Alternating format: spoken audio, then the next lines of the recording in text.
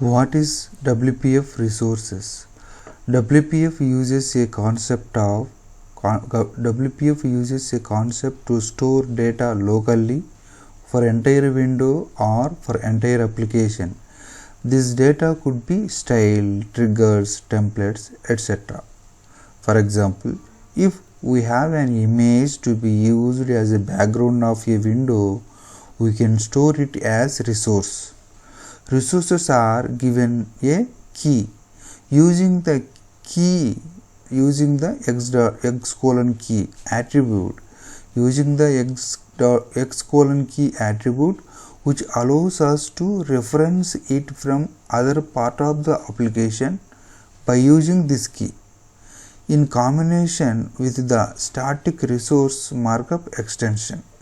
So here resources are given a key. So using that key we can get the object. We can allow us to reference it from other part of the application by using this key. So using this key we can impact the other objects in the application.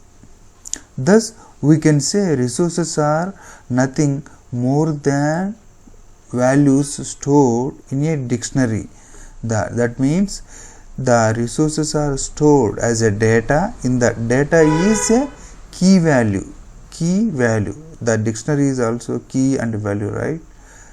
Key value format. That way generally we provide a key and get back some sort of object like dictionary. Resources could be declared as Windows resources, application resources, or control resources or layout resources. In WPF there are two types of resources. One is static resources and dynamic resources. One, static resource is resolved at compile time. That is the value of the object is set when you are working with XAML. Whenever we are working with the XAML, that time static resource is resolved at compile time. The static resource impact on XAML or GUI at compile time only. Another is dynamic resource. Dynamic resource is resolved at runtime. That means the value of the object is evaluated and stored in a expression and the value is substituted at runtime. That means when we are modifying, when you are writing the code in the XAML file and code behind file like dynamic resources, we cannot see the impact, we cannot see that result, that value. We can see that value at runtime only when we are using dynamic resource. The last, mostly styles, templates, etc. are declared as static resources. Dynamic resources are used when an application is running and user wants to change the value without recompiling the application. Example, localization of application. So mostly we are applying resources for styles, templates, etc.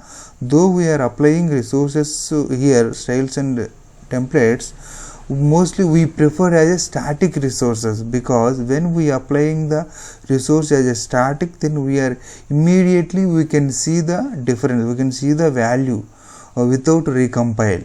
So and some cases we are applying the dynamic resources in the application. So here this is the basic introduction of WPF resource. What is the WPF resource, where we will use the resources, what type of resources are available, where we will apply the resources, and how to get the object value. Mostly we use the key. Using the key attribute we will get the value of the object. That means we are impacting the value on Windows or application or control. Thank you so much.